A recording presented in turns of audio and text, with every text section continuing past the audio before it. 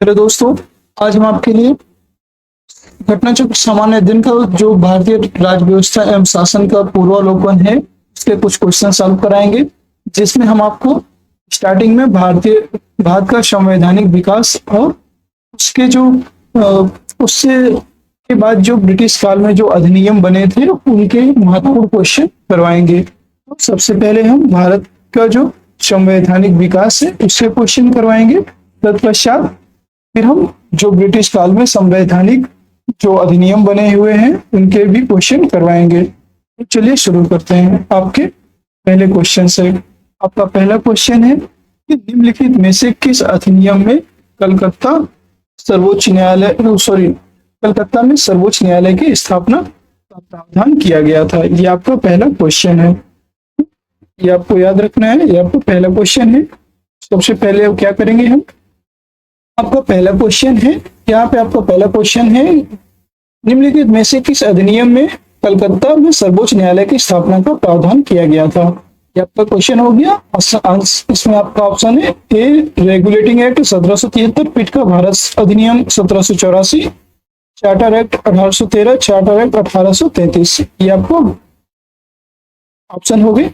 इनमें से आपको बताना है कौन सा इसका राइट आंसर है। तो इसका राइट आंसर है 1773 का रेगुलेटिंग एक्ट।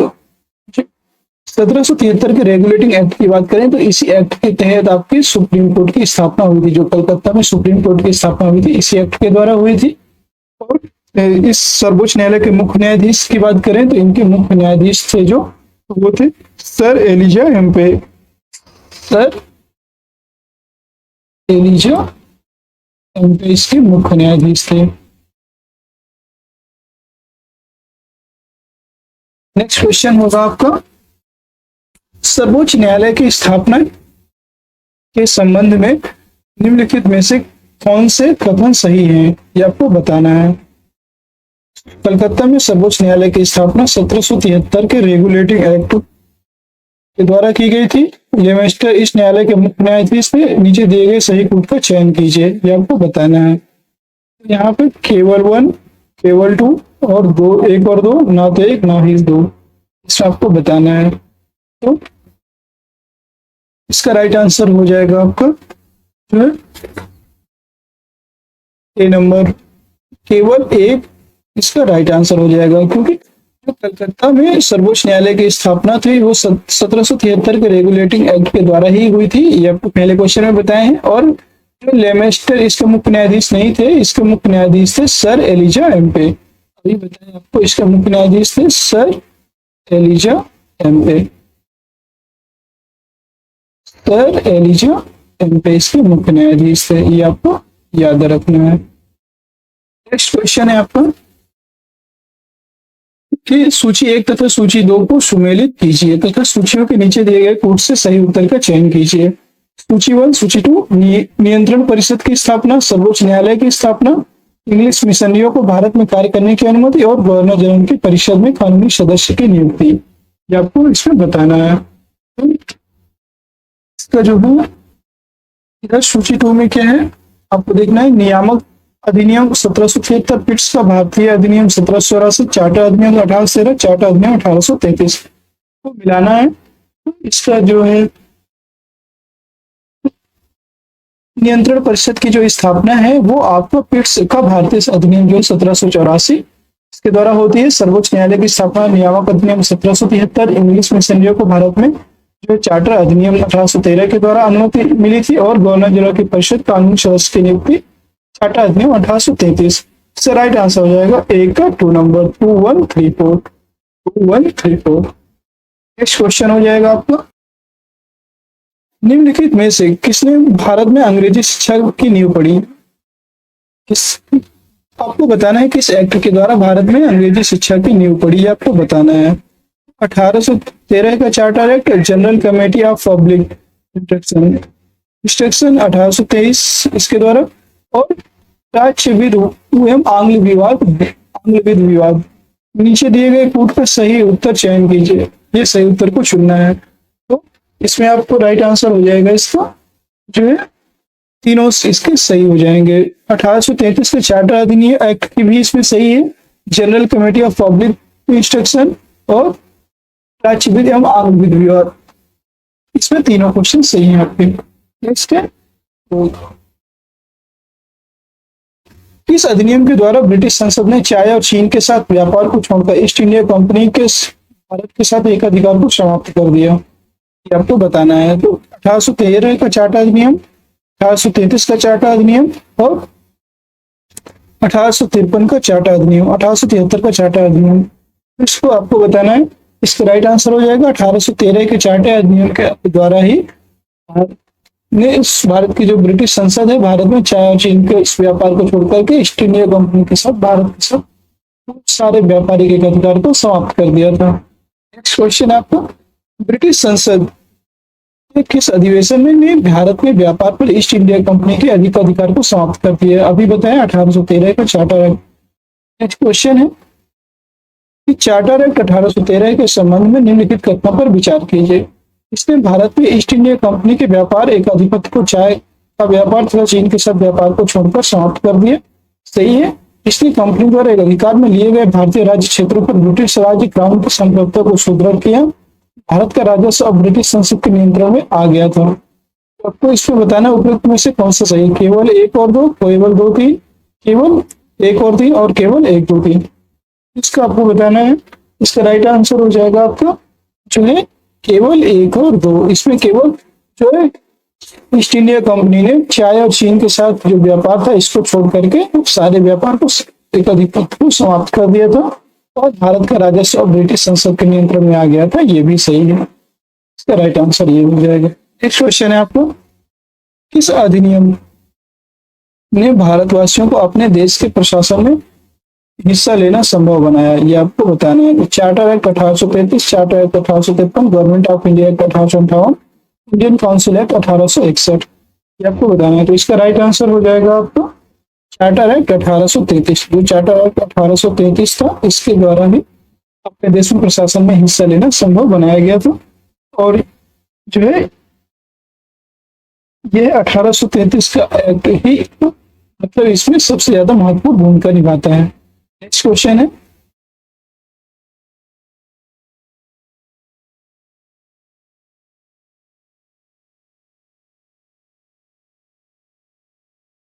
यहाँ से आपके ब्रिटिश ताज के शासनाधीन जो पारित अधिनियम है उसके क्वेश्चन स्टार्ट होते हैं। जो ब्रिटिश काल में के दौरान अधिनियम पारित हुए थे उससे संबंधित अब सारे क्वेश्चन आएंगे। चलिए शुरू करते हैं। ये आपको उससे रिलेटेड पहला क्वेश्चन है कि भारत परिषद अधिनियम 1861 के संबंध में निम्न कथनों को पढ़कर सही विकल्प चुनें। इस अधिनियम के फलस्वरूप गवर्नर जनरल की कार्यपालिका परिषद में कुछ सदस्यों की संख्या 7 हो गई। विधि निर्माण के अतिरिक्त सदस्यों की संख्या कम से कम 6 और अधिक से अधिक 12 कर दी गई। प्रांतीय और केंद्रीय विषय में किसी तरह का भेदभाव नहीं रखा गया। उपयुक्त में से कौन से कथन सही है ये आपको बताना है। एक और दो, एक दो और तीन, दो तीन, एक और तीन, केवल एक, इसका राइट आंसर बताना है क्या हो जाएगा। इसका राइट आंसर हो जाएगा आपका दो और तीन। जो दो सॉरी दो और तीन, इसका राइट आंसर हो जाएगा।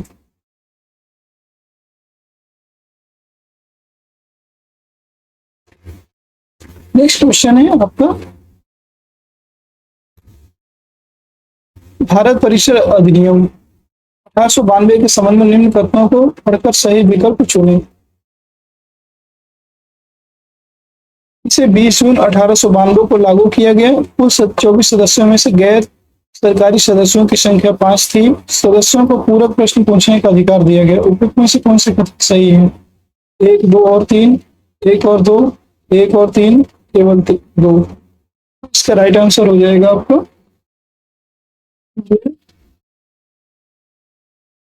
ये। इसका राइट आंसर हो जाएगा दो और तीन। सॉरी, जो इसमें राइट आंसर हो जाएगा, इसका राइट आंसर केवल दो, इसका राइट आंसर हो जाएगा। नेक्स्ट क्वेश्चन है, निम्नलिखित में से किस अधिनियम के अंतर्गत भारतीय विधान परिषद को बजट पर बहस करने की शक्ति प्रदान हुई? भारत परिषद अधिनियम 1861, भारत परिषद अधिनियम 1892, भारत परिषद अधिनियम 1909, भारत शासन अधिनियम 1919, इसका राइट आंसर हो जाएगा आपको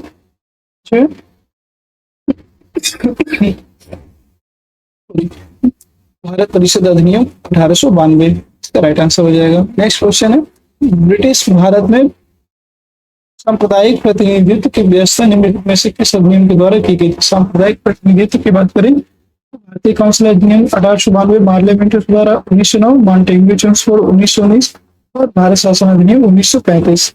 इसका राइट आंसर हो जाएगा आपका मार्लियामेंट सुधार, सांप्रदायिक प्रतिनिधित्व मार्लियामेंट सुधार 1909 के द्वारा शुरू हुई थी। नेक्स्ट क्वेश्चन है आपका, 1909 का अधिनियम संबंधित था पृथक मताधिकार क्षेत्र के लागू करने से, विकेंद्रीकरण से, द्वैत शासन से, विधान परिषद से। इसका राइट आंसर हो जाएगा पृथक मताधिकार क्षेत्र लागू करने से। नेक्स्ट क्वेश्चन है, निम्नलिखित में से किस एक अधिनियम के द्वारा भारत में संघीय न्यायालय की स्थापना की गई थी? भारत परिषद अधिनियम 1800, भारत सरकार अधिनियम 1909, भारत सरकार अधिनियम 1919, उपयुक्त में से कोई नहीं। इसका राइट आंसर हो जाएगा आपका उपयुक्त में से कोई नहीं, क्योंकि इसका जो राइट आंसर है वो है भारत शासन अधिनियम, भारत शासन अधिनियम 1935। इसका राइट आंसर है भारत शासन अधिनियम, भारत शासन अधिनियम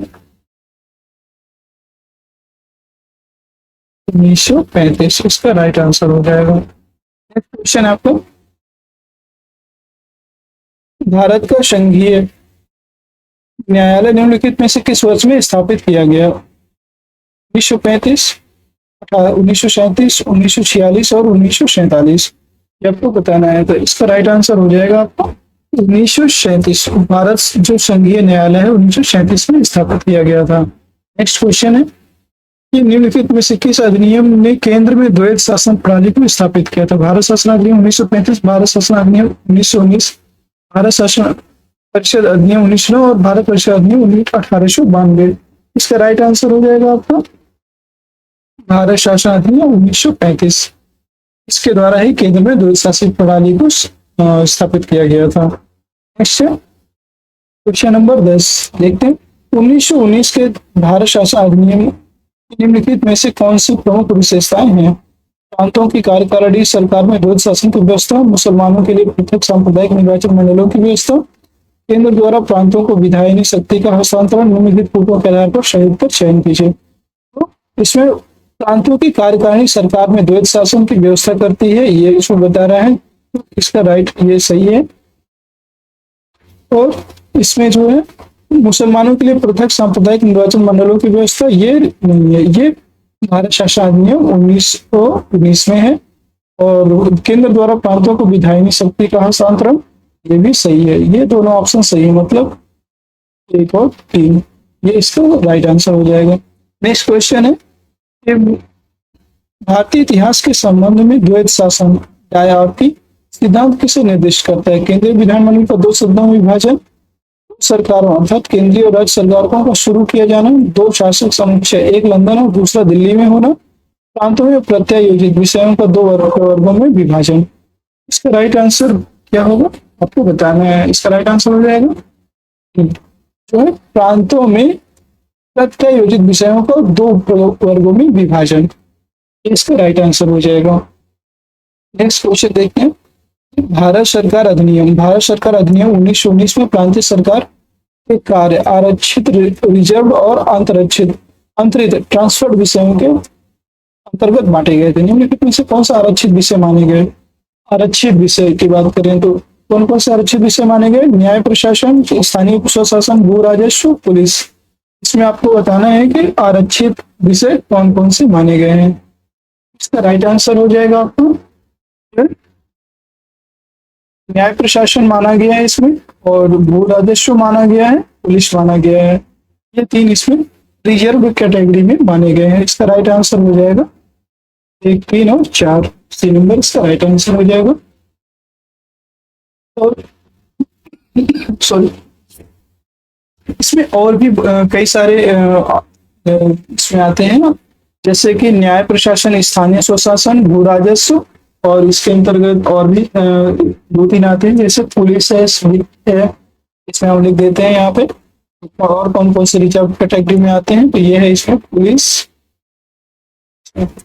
है, और वित्त है आपका, पुलिस, वित्त, और इसके अंतर्गत है इसमें आपका सिंचाई भी आता है।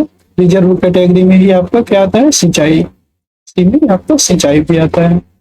तीन आपको और याद कर लेना एक्स्ट्रा। नेक्स्ट क्वेश्चन, निम्नलिखित में से किसने ब्रिटिश भारत में प्रांतीय स्वायत्तता शुरू की? Cabinet mission, Simon commission, Bharat सरकार ने 1935, भारत सरकार अधिनियम 1919। इसका राइट आंसर हो जाएगा आपका जो है भारत सरकार अधिनियम 1919 जो है ब्रिटिश भारत में प्रांतीय स्वायत्तता शुरू की थी। और केंद्र में स्वायत्तता भारत सरकार ने 1935, ये केंद्र में और ये राज्य में, आपको याद रखना है। नेक्स्ट क्वेश्चन है कि भारतीय विधान पालिका प्रथम बार द्विसदनीय बनाई गई थी। 1892 के भारतीय काउंसिल एक्ट के द्वारा, 1909 के भारतीय काउंसिल एक्ट के द्वारा, 1919 के भारत सरकार अधिनियम द्वारा, 1935 के भारत सरकार अधिनियम के द्वारा। इसका राइट आंसर हो जाएगा आपका 1919 के भारत सरकार अधिनियम के द्वारा भारतीय विधान पालिका पहली बार द्विसदनीय बनाई गई थी। नेक्स्ट क्वेश्चन है आपका, केंद्र में कौन सा एक्ट द्विसदनीय विधायिका लाया? 1961 का एक्ट, 1917 का एक्ट, 1919 एक्ट, 1915 एक्ट। इसका राइट आंसर हो जाएगा आपका 1919 का जो एक्ट है वो केंद्र में द्विसदनीय विधायिका जो लेकर आया था, केंद्र में 1919 का एक्ट। नेक्स्ट क्वेश्चन है आपको, 1919 के मॉन्टेग्यू चेम्सफोर्ड के सुधारों में से 21 वर्ष से अधिक आयु की सभी महिलाओं के लिए मताधिकार की संस्तुति की गई। 1935 के गवर्नमेंट ऑफ इंडिया एक्ट में विधानमंडल महिलाओं के लिए आरक्षित स्थानों का प्रावधान किया गया। उपरोक्त कथनों में से कौन से कथन सही है? केवल एक, केवल दो, एक और दो, ना तो एक ना ही दो। इसमें आपको बताना है। इसका जो हो जाएगा 1919 के मॉन्टेग्यू चेम्सफोर्ड सुधारों में 21 वर्ष से अधिक आयु की सभी महिलाओं के लिए मताधिकार की संस्तुति की गई है, ये आपका गलत है। इसमें सभी महिलाओं के लिए नहीं था, इसमें जो है कुछ जो है वयस्क मताधिकार पर आधारित जो है नहीं था ये, मतलब यहाँ पे एक 21 वर्ष का कोई प्रावधान नहीं था।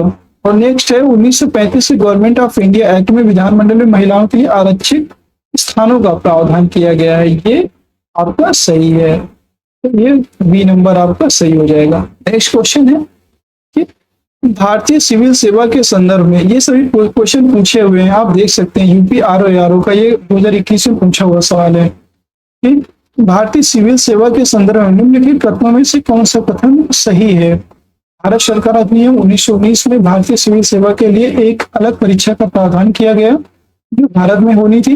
भारतीय सिविल सेवा में 1941 में भारतीयों को प्रतिशत यूरोपवासियों से अधिक था।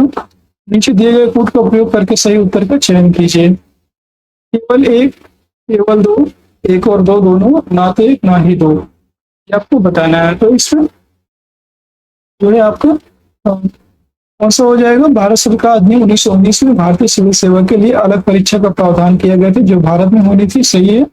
भारतीय सिविल सेवा में 1941 तक आते आते भारतीयों का जो प्रतिशत है यूरोपवासियों से भी अधिक हो गया था, क्योंकि यूरोपवासी जो थे उनका सिविल सर्विस की तरफ रुझान कम हो गया था, इसलिए इसका दोनों ऑप्शन सही हो जाएंगे, एक और दो, दोनों। नेक्स्ट क्वेश्चन है केंद्रीय विधान सभा के निम्नांकित में से कौन सा निर्वाचन भारत शासन अधिनियम 1919 के तहत हुआ था?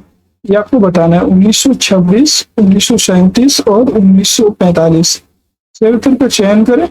नीचे दिए गए कोड केवल एक, बी और सी, ए और सी, ए बी और सी बताना है। इसका राइट आंसर आपका हो जाएगा 1926 और 1945। जो 1919 के तहत भारत शासन अधिनियम 1919 था, उसके तहत ही जो है केंद्रीय विधानसभा निर्वाचन 2 बार हुआ था, ए और सी। इसका राइट आंसर हो जाएगा।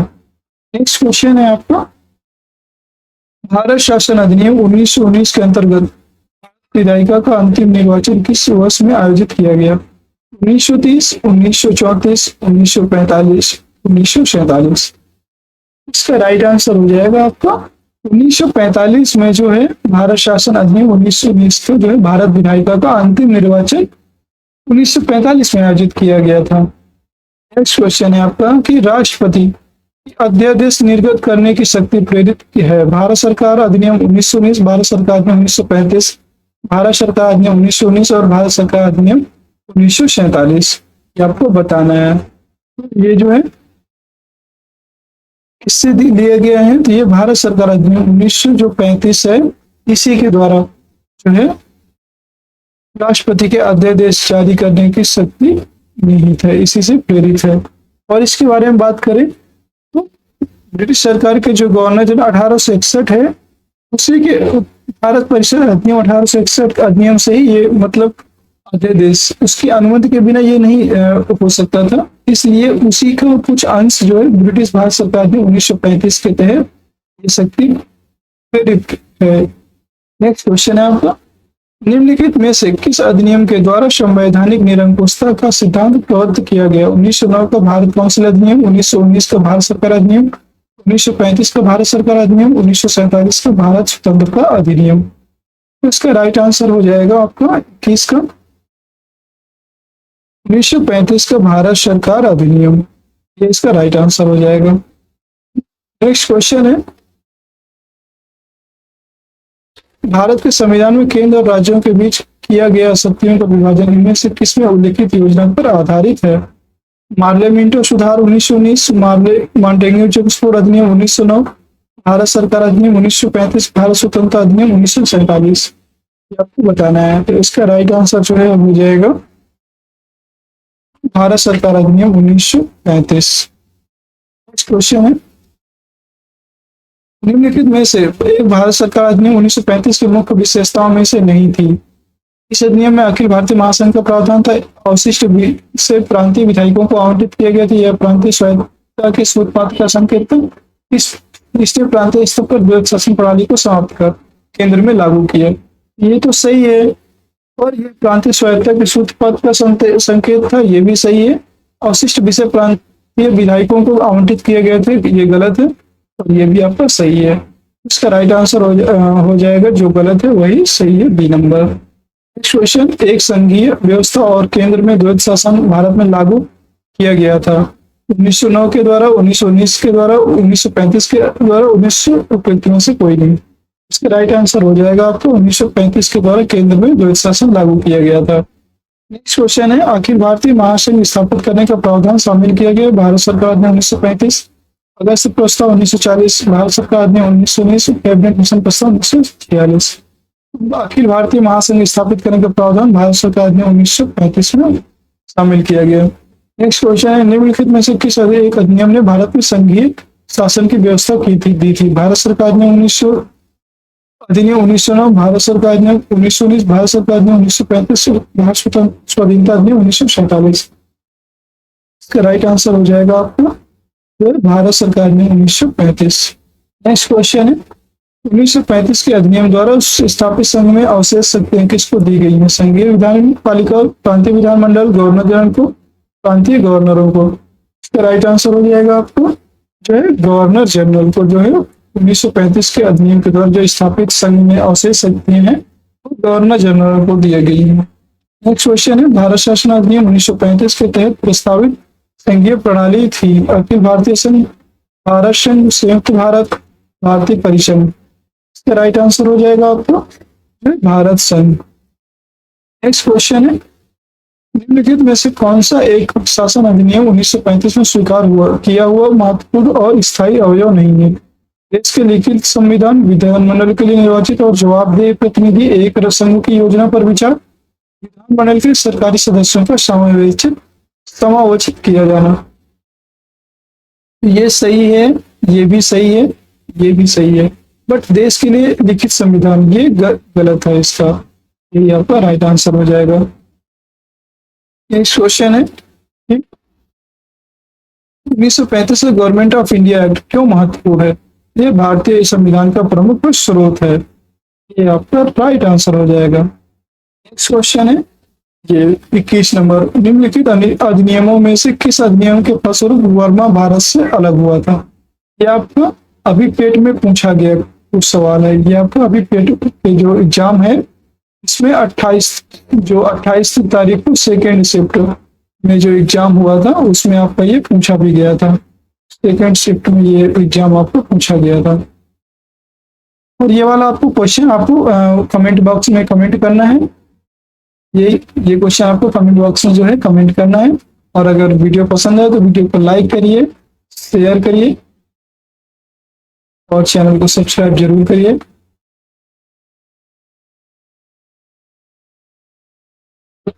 धन्यवाद।